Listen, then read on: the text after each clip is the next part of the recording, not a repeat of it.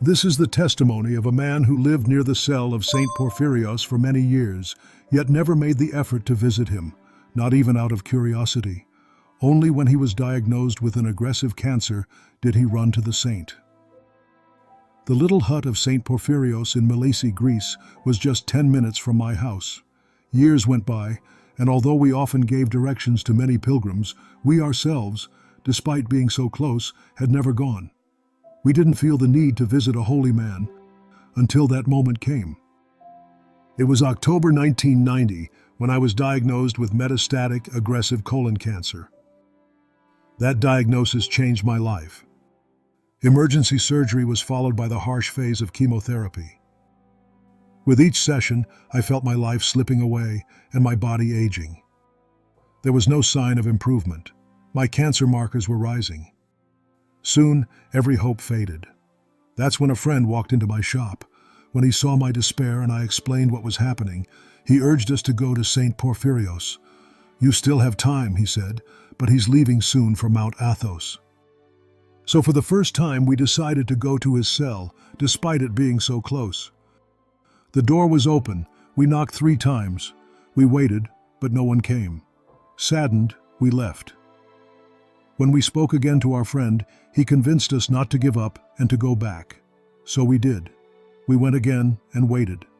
Without even knocking this time, the door opened and a nun said to us, "He's expecting you." The saint was lying down with vacant eyes. He was elderly and blind. When I saw him in that condition, I was seized by doubt. Can such a sick man help me? I thought, he's in such bad shape. Why did I come? What can he possibly do for me in this state? These thoughts mixed with my despair. I stood there feeling as if I were saying farewell to life. The nun asked, "What exactly do you want?"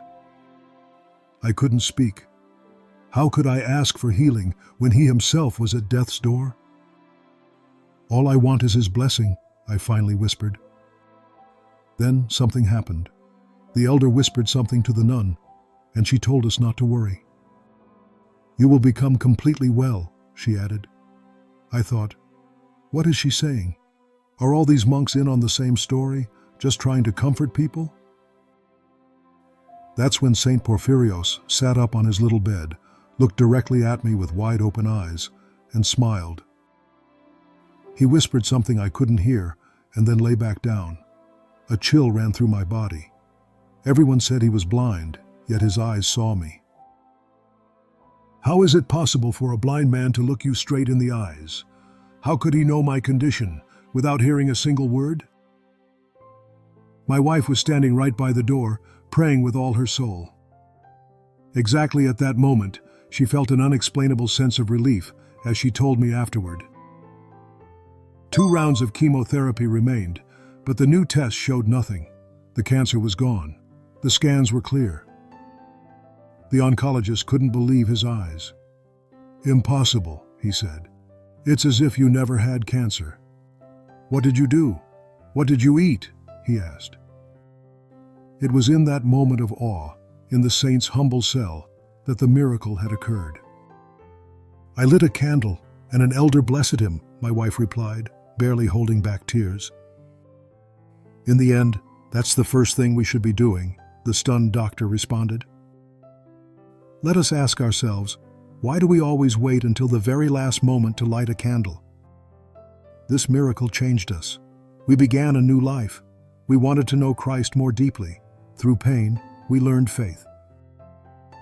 Let us remember that God acts through people who carry His grace, people who usually go unnoticed. They are humble, weak, silent, yet filled with heavenly power, like Saint Porphyrios. And now, ask yourself, what holy person has God placed near you to support you, yet you may not even see him? Pray. Ask the Lord to reveal to you holy people who can become your support in your spiritual struggle. And pray that your spiritual father may be enlightened to guide you rightly. Let us seek the Lord with all our heart.